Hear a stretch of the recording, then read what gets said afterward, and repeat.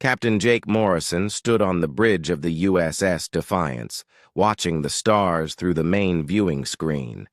The ship moved slowly through the dark space at the edge of human territory. Jake had been in command for 3 years now, and this patrol route never brought anything exciting. His crew was good, experienced, and ready for anything that might come their way. "Captain, I'm getting some strange readings on long-range sensors," said Lisa Parker from her position at the navigation station. Lisa had been with the ship since it launched, and Jake trusted her skills completely. She frowned at her screen, adjusting the controls to get a clearer picture. "What kind of readings?" Jake asked, moving closer to look at her display. The numbers on the screen showed energy signatures moving toward their position at incredible speed. "It looks like ships, sir. A lot of them. They're coming out of hyperspace about 2 million kilometers away." Lisa's voice carried a note of concern that made everyone on the bridge pay attention. Danny Rodriguez looked up from the weapons station.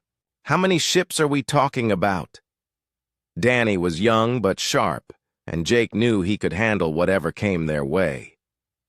"I count at least 200 contacts," Lisa replied, her fingers dancing over the controls. "They're big, Captain. Much bigger than anything in our database." Jake felt his stomach tighten. 200 ships was more than the entire human fleet combined. "Tony, get down to engineering and make sure everything is running at peak efficiency," he ordered. Tony Walsh, his chief engineer, nodded and headed for the door without a word. "Amy, start recording everything and prepare to send a message to Earth Command," Jake told his communications officer. Amy Chen was calm under pressure, which made her perfect for situations like this. The main screen changed to show the approaching fleet. Even at this distance, the alien ships looked massive and threatening. They moved in perfect formation, like they had done this many times before.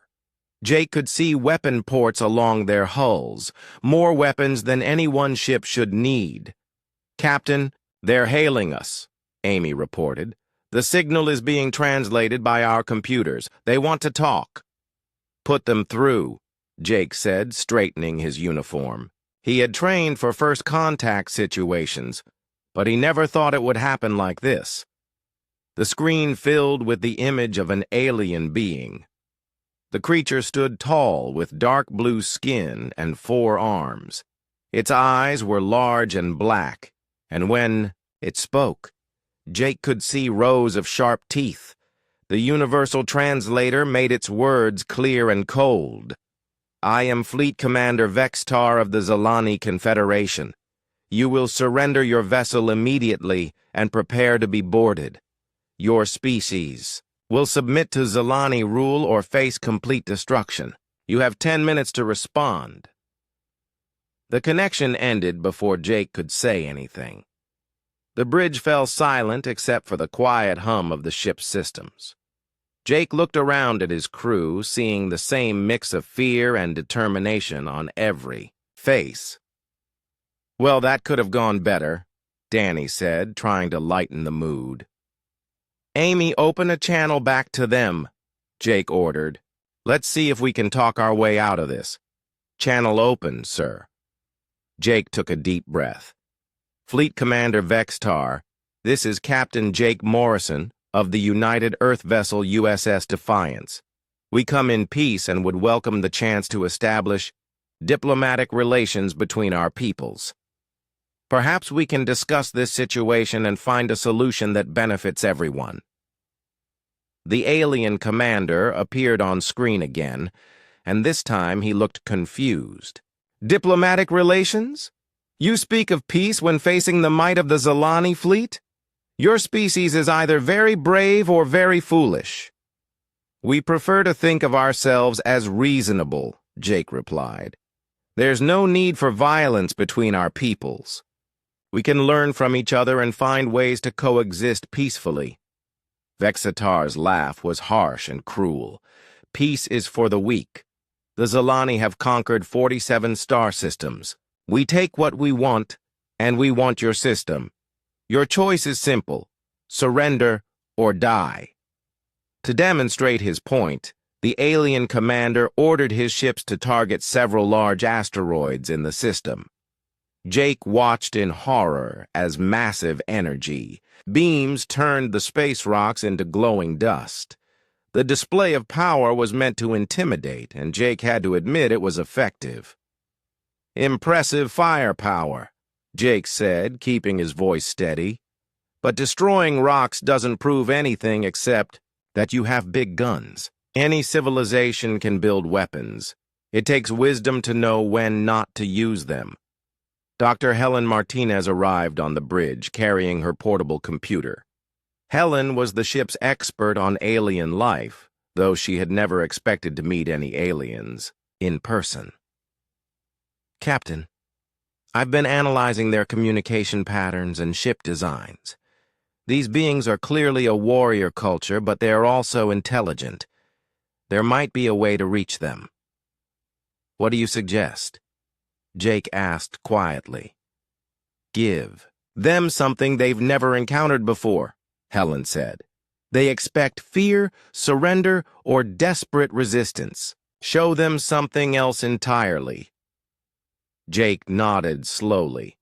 The Zalani were obviously used to easy conquests.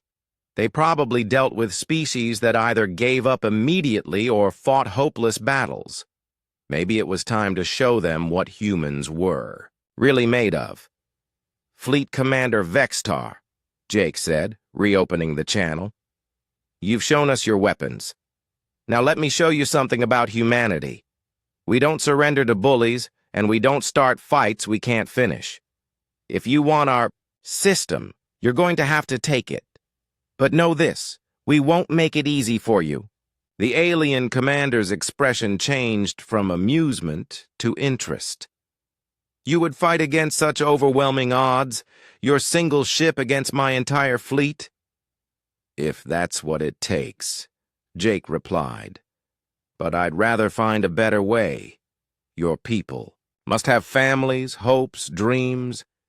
Do they really want to die for the conquest of a single star system? Is this really the legacy you want to leave behind?" For the first time, Vextar seemed uncertain. "You speak strangely for a species facing extinction. Most civilizations beg for mercy at this point." "We're not most civilizations," Jake said, simply. The channel closed again, and Jake could see the alien fleet maintaining its position. They weren't attacking, but they weren't leaving either. Something had changed in the alien commander's attitude, though Jake wasn't sure what. "Tony's report from engineering," Amy announced. "All systems are operating at 100%. Weapons are charged and ready." "Good. Lisa, plot us an evasive course through the asteroid field. Danny, target their lead ships, but don't fire unless I give the order. Helen, keep analyzing their communications. I want to know everything about these Zalani." Jake settled into his command chair, mind racing through possibilities. The USS Defiance was one ship against 200, but it was also humanity's most advanced warship. If they had to fight, they would make it count. But maybe, just maybe, there was another way. The Zalani fleet began moving again, spreading out into attack formation.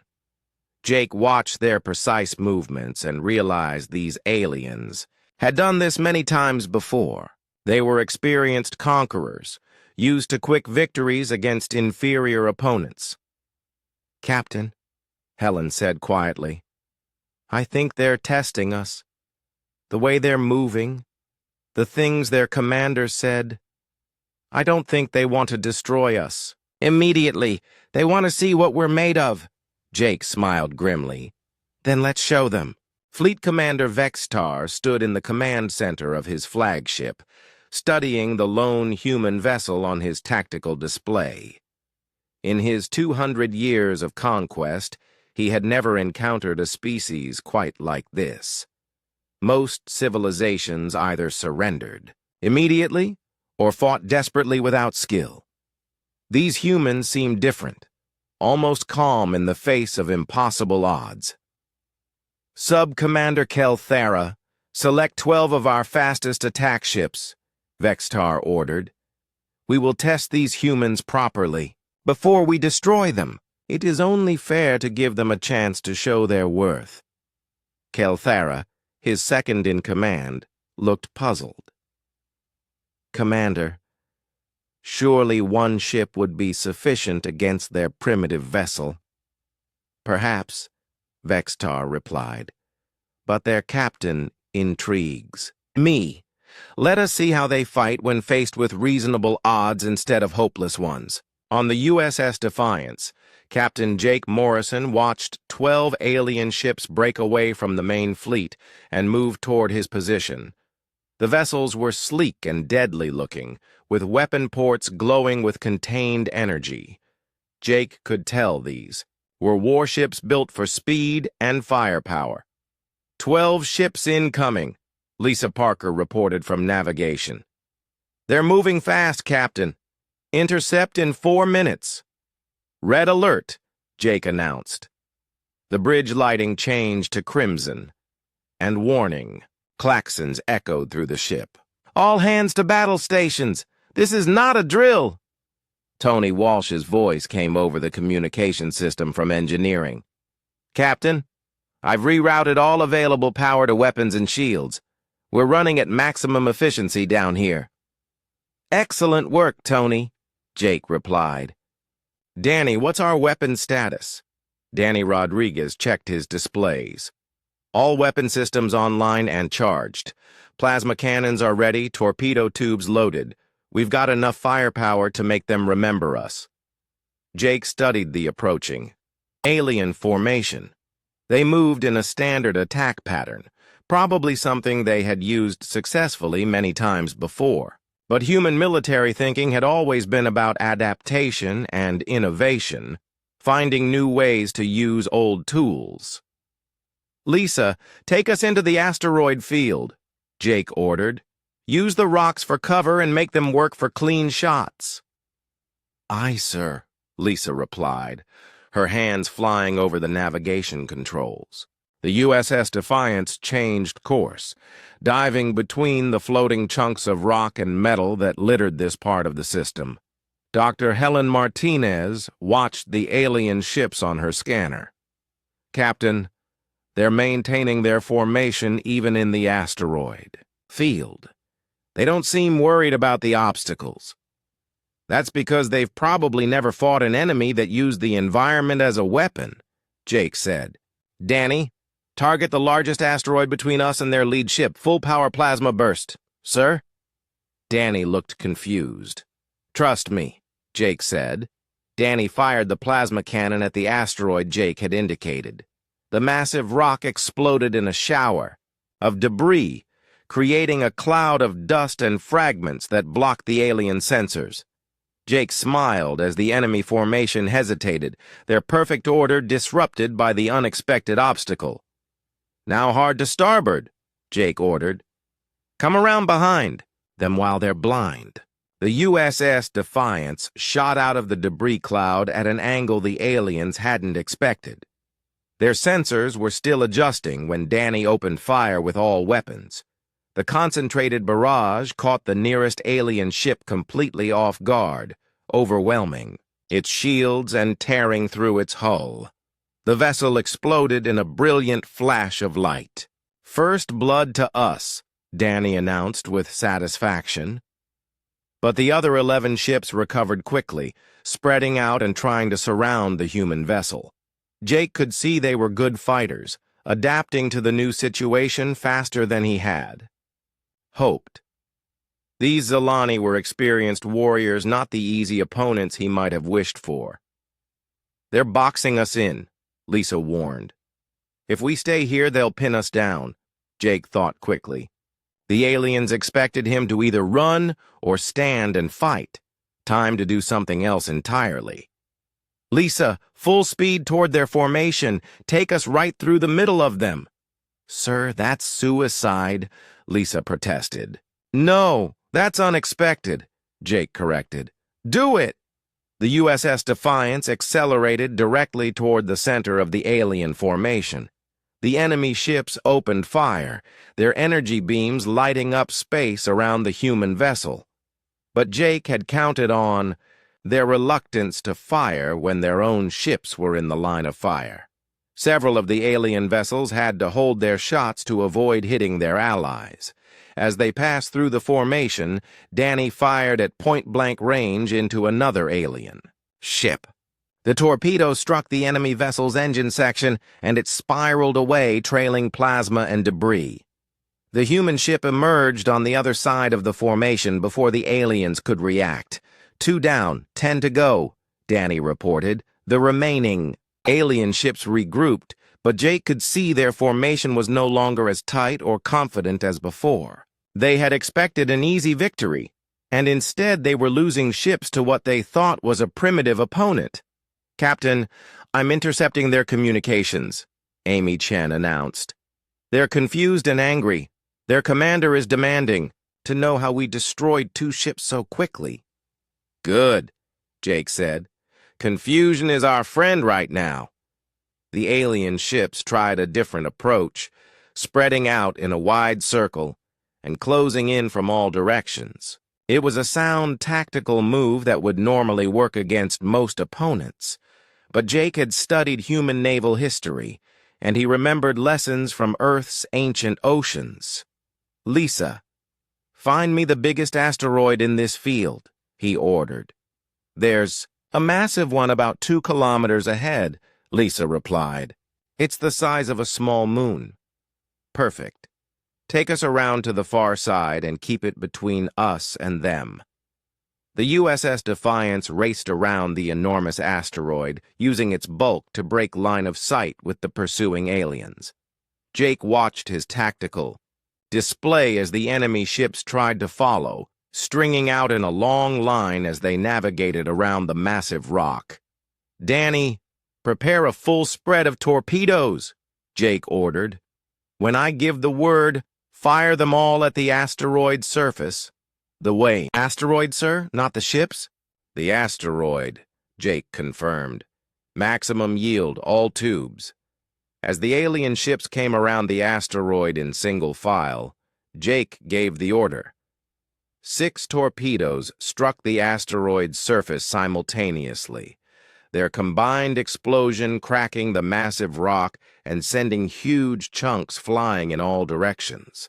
The alien ships found themselves caught in a deadly debris field, with nowhere to maneuver. 3 more alien vessels were destroyed by the flying rocks, their hulls crushed by chunks of stone moving at incredible speed. The surviving ships tried to retreat, but the debris cloud had scattered in all directions, making escape difficult.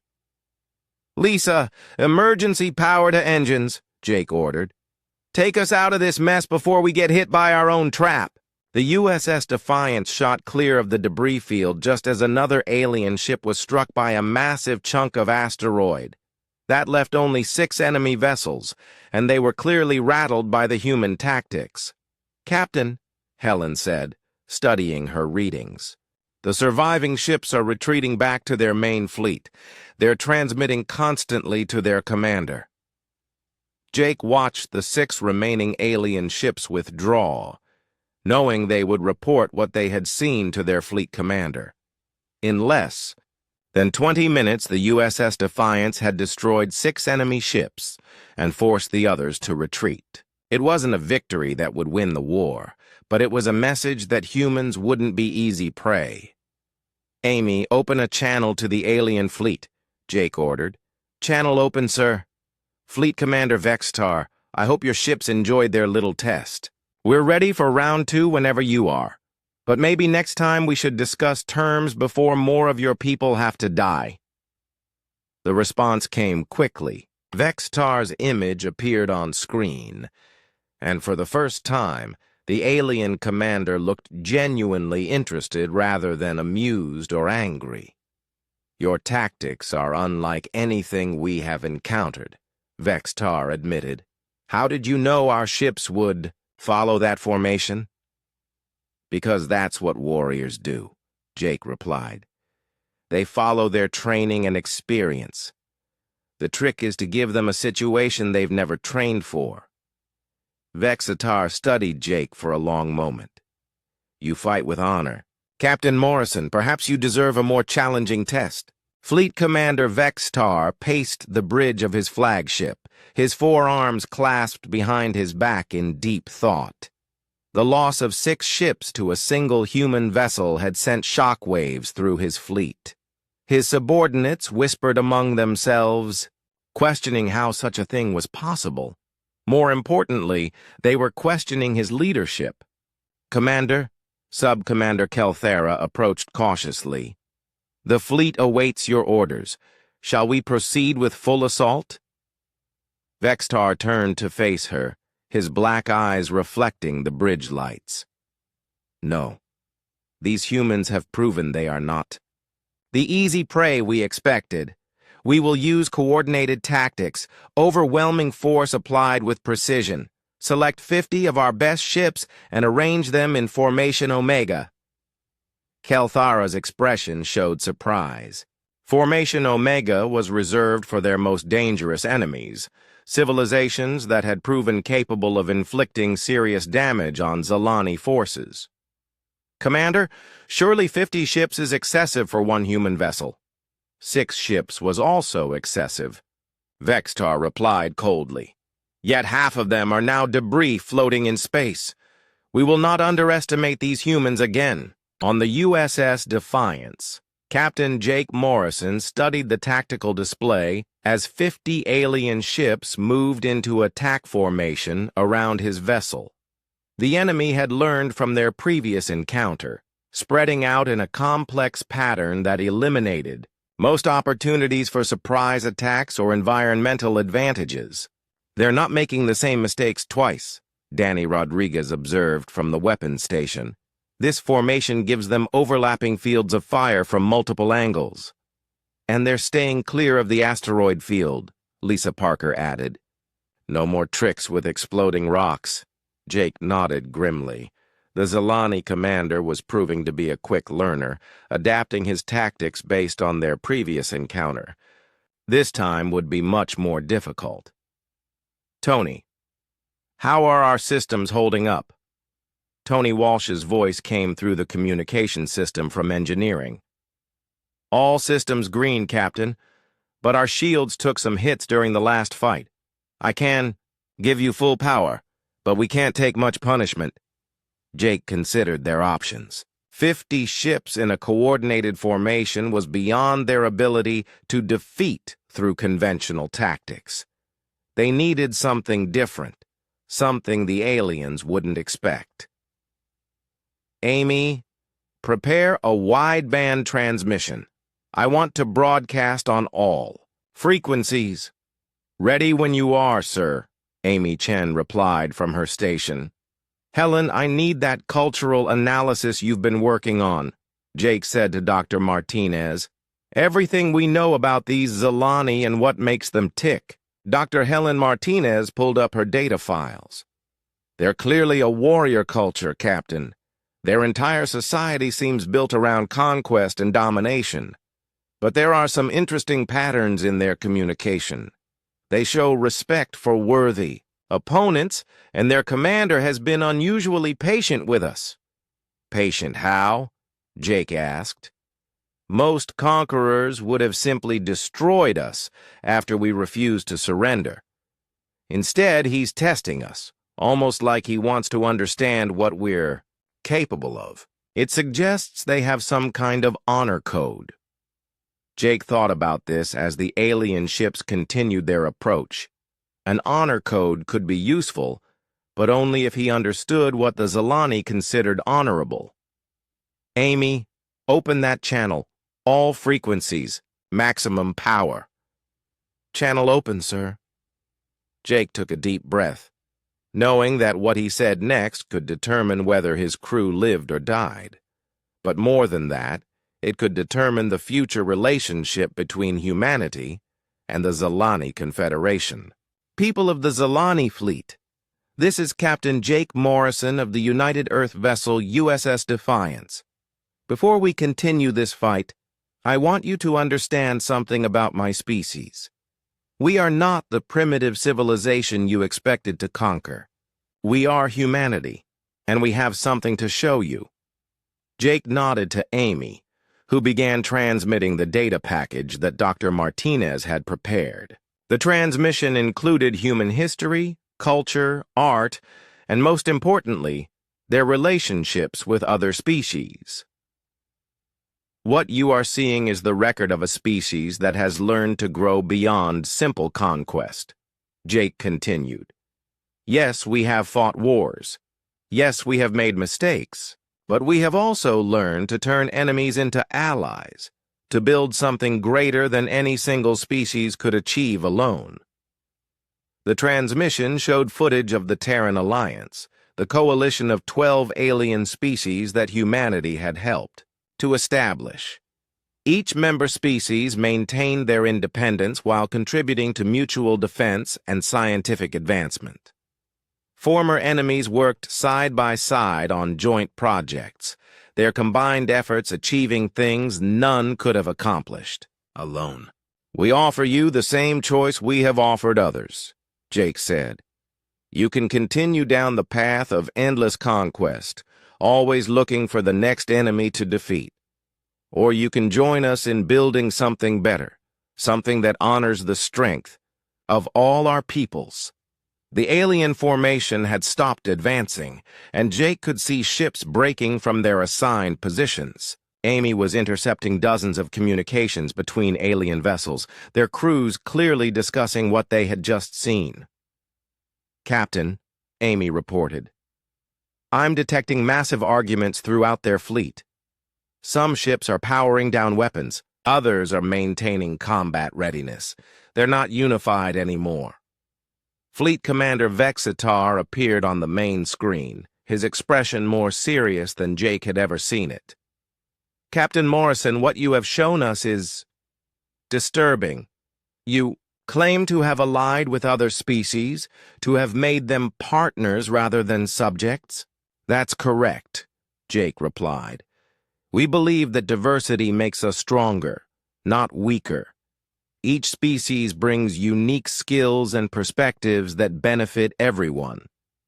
Impossible, Vexitar said, but his voice lacked conviction.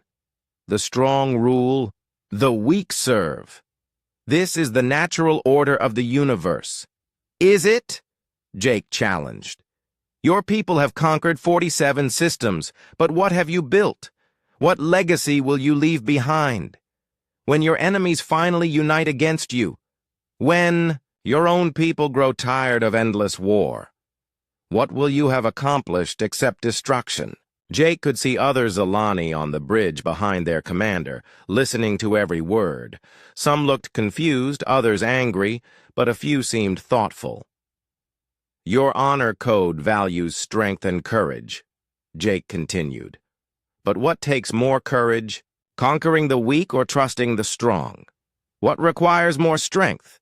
Destroying your enemies or making them your allies? Sub-Commander Kelthara stepped forward, speaking directly to her commander.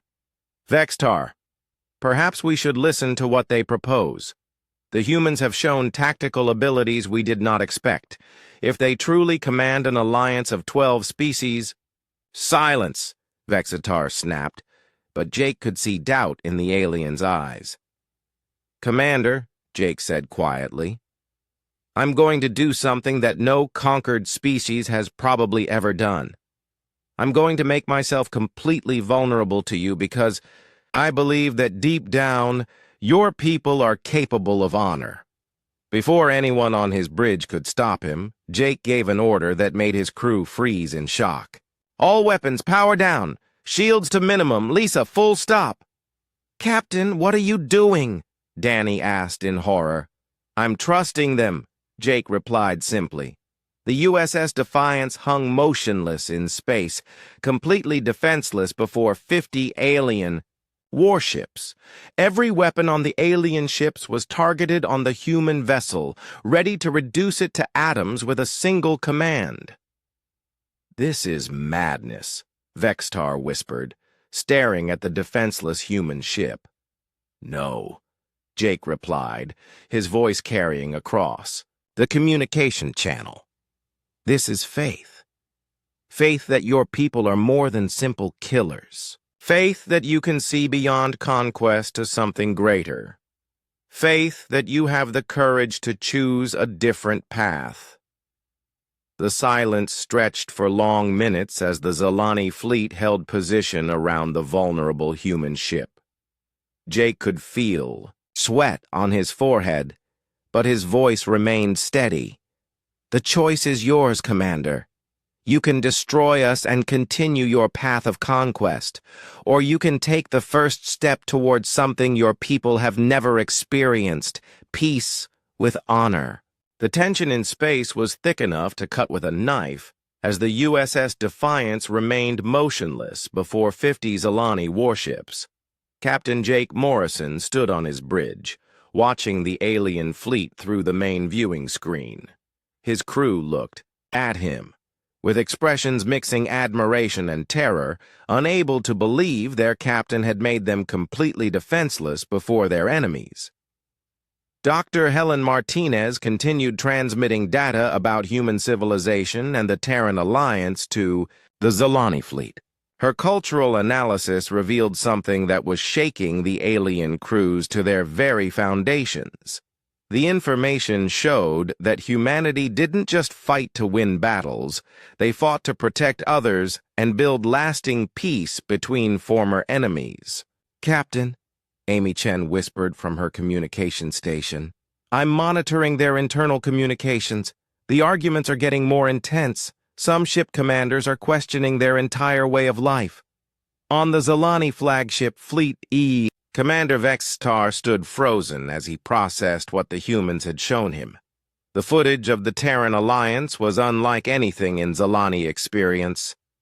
12 different alien species working together as equals, sharing technology and resources, defending each other against common threats. It challenged everything his civilization believed about the nature of power and survival. Sub-Commander Kelthara approached her commander carefully. Sir, the crew is asking questions. They want to know if what the humans claim is really possible. It cannot be, Vexitar said, but his voice lacked its usual certainty. Species fight each other. The strong dominate the weak. This is the way of the universe. But what if it isn't? Kelthara pressed. What if there's another way, a better way? Look at what they've accomplished.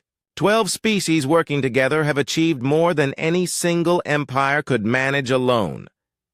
Young Zalani officer Mulvera stepped forward from her science station. Commander, I've been analyzing their technological data. The advances they've made through cooperation are incredible. Each species contributes their unique knowledge, and together they've solved problems that have puzzled us for centuries. Vextar turned to study the human ship floating helplessly before his weapons. In his 200 years of conquest, no enemy had ever made themselves vulnerable while simultaneously demonstrating such strength. The tactical brilliance they had shown in previous battles proved they were formidable opponents, yet here they sat defenseless, trusting in his honor. Sir, another officer reported, we're receiving more transmissions from the human vessel. They're sending detailed information about their history with other species. The new data showed humanity's first contact with each member of the Terran Alliance. In every case, initial conflicts had given way to mutual respect and cooperation. Species that had been enemies became partners, working together to explore the galaxy and defend against common threats. Jake Morrison's voice came over the communication channel again. Commander Vexitar, I know this is difficult to accept. Your people have survived for centuries by being strong, by conquering others before they could conquer you. But strength without purpose is just destruction. True strength comes from building something that lasts. Fleet Commander Vextar closed his eyes, remembering his own people's history.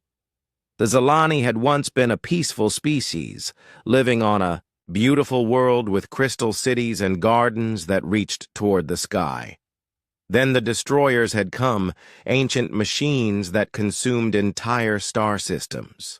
The Zilani homeworld had been reduced to cosmic dust, and only their military fleet had escaped. For 1,000 years, the Zilani had wandered the galaxy, conquering other worlds to replace what they had lost. But each conquest had made them harder, more brutal, until they had forgotten what they were originally trying to protect. They had become no different from the machines that had destroyed their home. "Commander," Mulvera said softly, "what if the humans are right? What if we've been so focused on being strong that we've forgotten how to be wise?" Vextar opened his eyes and looked around his bridge at the faces of his crew. These were good people, loyal and brave, but they had known nothing but war their entire lives. Perhaps it was time to consider another path. "Open a channel to all ships in the fleet," Vextar ordered. Amy Chen on the USS Defiance intercepted the transmission as Vextar addressed his entire fleet. "Warriors of the Zilani Confederation, we face a choice that will determine our future. These humans offer us something we have never considered: partnership instead of conquest, cooperation instead of domination." The communication channel filled with voices as ship commanders throughout the fleet responded. Some were angry, demanding immediate attack on the defenseless human vessel. Others were curious, asking questions about the Terran Alliance and what membership might mean for the Zilani people. Captain Morrison listened to the debates raging through the alien fleet, understanding that the next few minutes would determine not just his fate, but the future relationship between humanity and the Zilani. He could hear younger voices arguing with older ones, new ideas challenging ancient traditions. "Tony," Jake called to his engineering section, "what's our status if we need to move quickly?" Tony Walsh's reply came immediately. "Engines are ready, Captain. We can go from dead stop to full speed in seconds if needed. But our shields are still down." "Keep them down," Jake ordered. "We're committed to this course now." Dr. Martinez continued monitoring Zilani communications, providing Jake with real-time analysis of their cultural dynamics. "Captain, there's a generational divide forming in their fleet. The younger officers seem more open to new ideas, while the older commanders are resistant to change." "That's natural," Jake replied. "Change is always hardest for those who have the most invested. In the old ways." Sub-Commander Kelthera was now addressing her own crew on the Zilani flagship.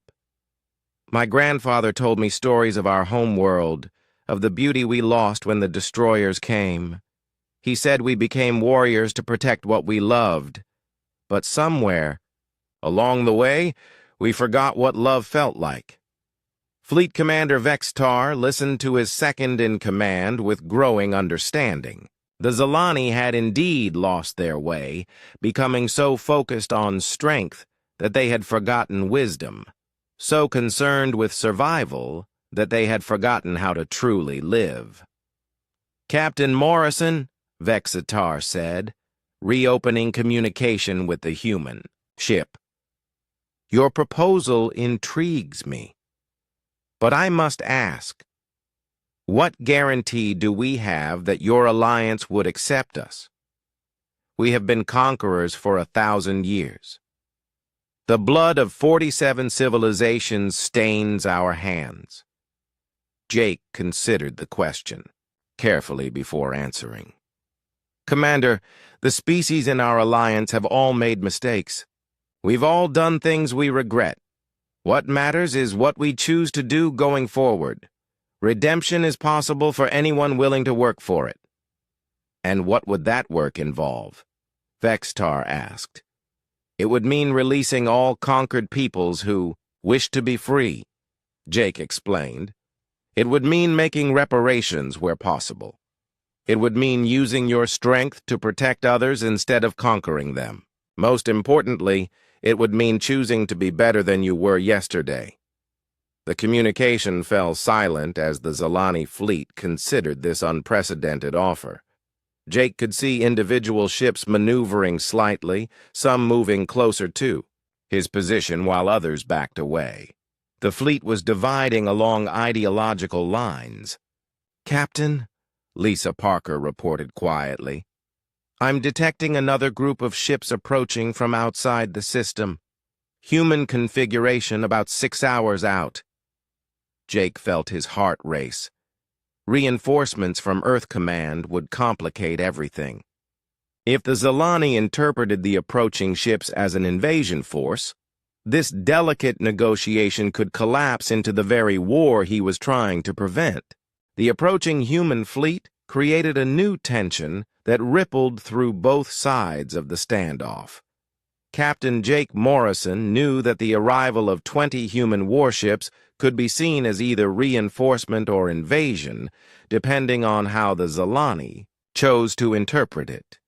He had perhaps 6 hours to resolve the situation before everything spiraled out of control. "Amy, get me a communication link to the approaching fleet," Jake ordered. "Priority channel to Admiral Phillips on the USS Horizon." "Admiral." Kate Phillips appeared on a secure channel, her weathered face showing concern. "Jake, we received your emergency transmission about first contact. Earth Command sent everything we could spare. What's the situation?" "Complicated," Jake replied quietly, aware that the Zalani were probably monitoring their communications. "We're in delicate negotiations with their fleet commander. The arrival of our ships might be misinterpreted as hostile action." "Understood." "We'll maintain position at the edge of the system and await your signal," Admiral Phillips said. "But Jake, if things go bad, we're coming in fast." Fleet Commander Vextar had indeed detected the approaching human ships, and the news was spreading through his fleet like wildfire. The more militant commanders were using the reinforcements as proof that humans couldn't be trusted, that this was all an elaborate trap. "You see?" Commander Zektar of the battleship Bloodfang transmitted to the fleet. "They speak of peace while summoning their war fleet. This is exactly what we should expect from a species that claims to be different." But Sub-Commander Kelthara had a different interpretation. Or perhaps they're showing us exactly what they claimed, that they have allies, that they're part of something larger than themselves. The approaching ships could be the very alliance they spoke of. On the USS Defiance, Dr. Helen Martinez was monitoring the increasingly heated debates among the Zalani crews. "Captain, their fleet is fracturing. I count at least 30 ships that seem sympathetic to our proposal, but the rest are becoming more aggressive." Jake made a decision that would either save both their species or doom them all. "Amy, open a channel to the entire Zalani fleet. Maximum broadcast power." "Channel open, sir." "Warriors of the Zalani Confederation," Jake began, his voice carrying, "to every ship in the alien fleet. I know some of you see our approaching fleet as proof of deception. You think this is a trap, that we've been stalling while summoning our forces. I understand your suspicion, because it's what you would do." Jake paused, letting his words sink in before continuing. "But consider this. If we wanted to destroy you, would we have disabled our weapons? Would we have made ourselves defenseless? Would we have spent hours trying to convince you instead of simply calling for backup from the beginning?" Young Science Officer Malvera was the first to speak up on the Zalani command frequency. "The human captain makes a valid point. Their tactics so far have been unlike anything we've encountered. Why would they change strategy now?" Fleet Commander Vextar found himself caught between two factions of his own fleet. The older commanders demanded immediate attack before the human reinforcements arrived, while younger officers argued for continuing negotiations. The decision he made in the next few minutes would determine the fate of both civilizations. "Commander," Calthera approached him privately, "I've been thinking about what the humans showed us, about their alliance with other species. What if we're looking at this wrong?" "How do you mean?" Vexatar asked. "What if the approaching ships aren't coming to attack us, but to witness what we choose? What if this is our chance to prove we're worthy of joining something greater than ourselves?" Vextar considered his second-in-command's words as he watched the human ship floating motionless before his weapons. Captain Morrison had shown remarkable courage in making himself vulnerable, but more than that, he had shown a kind of strength that the Zalani had never encountered before. "Open a channel to Captain Morrison," Vextar ordered. Jake appeared on the alien commander's screen, still standing calmly on his bridge despite being surrounded by enough firepower to vaporize his ship 1,000 times over. "Captain," Vextar said slowly, "your reinforcements approach, and my fleet grows restless. Some demand that we attack before we become outnumbered. What assurance can you give me that this is not an elaborate deception?" Jake looked directly into Vextar's dark eyes. "I give you the only assurance that matters. My word as a human being.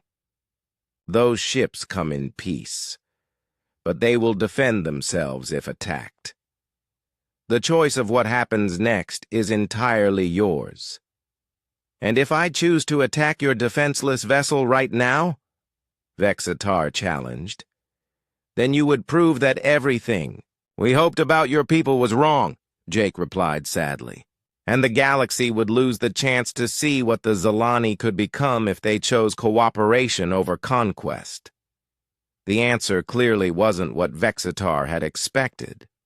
He had been testing Jake, looking for signs of weakness or deception, but found only honest regret at the thought of missed opportunities.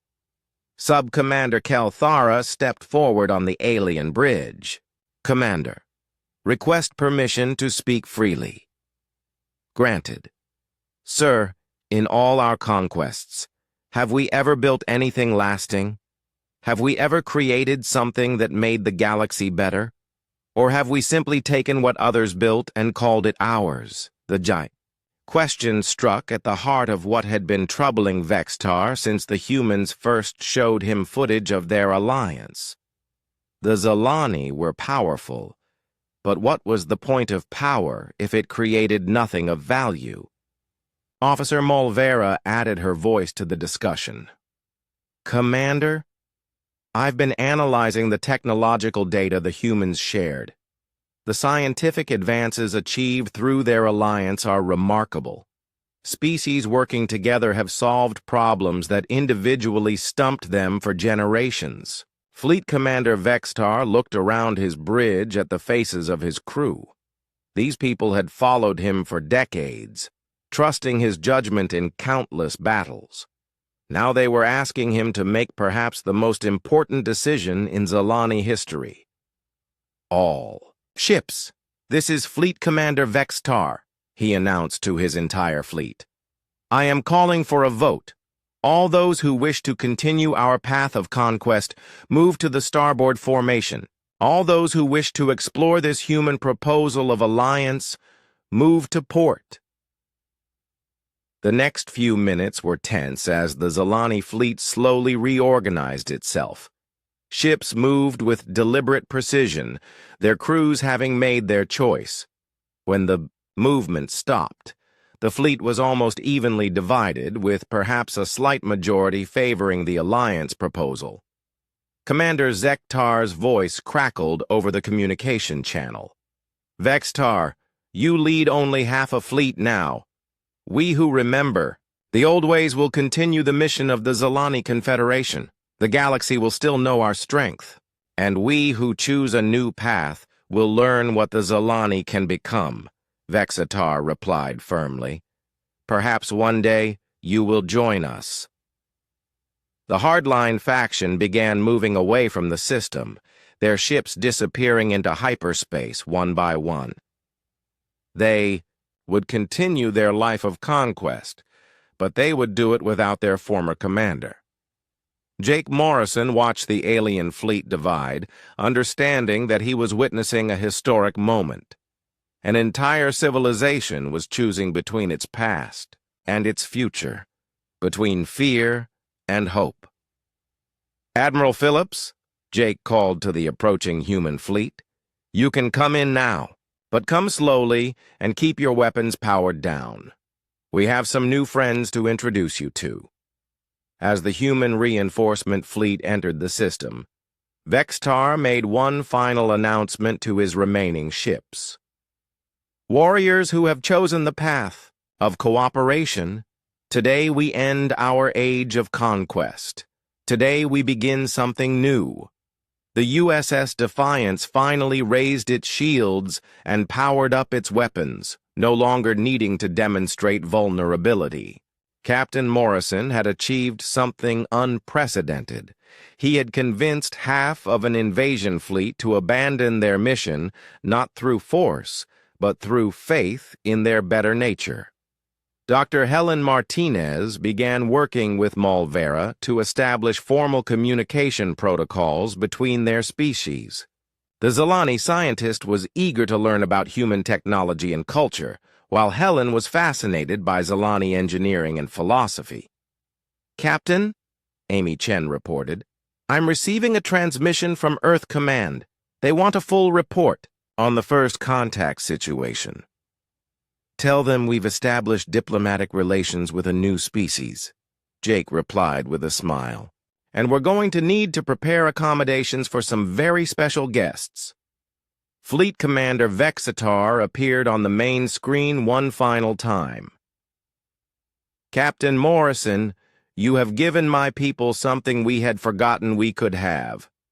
Hope for a future without endless war. How do we begin this journey toward your alliance?" "The same way any journey begins," Jake replied. "One step at a time, and we'll take those steps together." As the combined human and Zilani fleets began working together to establish joint patrol protocols, Jake reflected on what they had accomplished. Sometimes the greatest victories came not from defeating your enemies, but from helping them discover they didn't have to be enemies at all. The galaxy had just become a little bit larger and a lot more hopeful.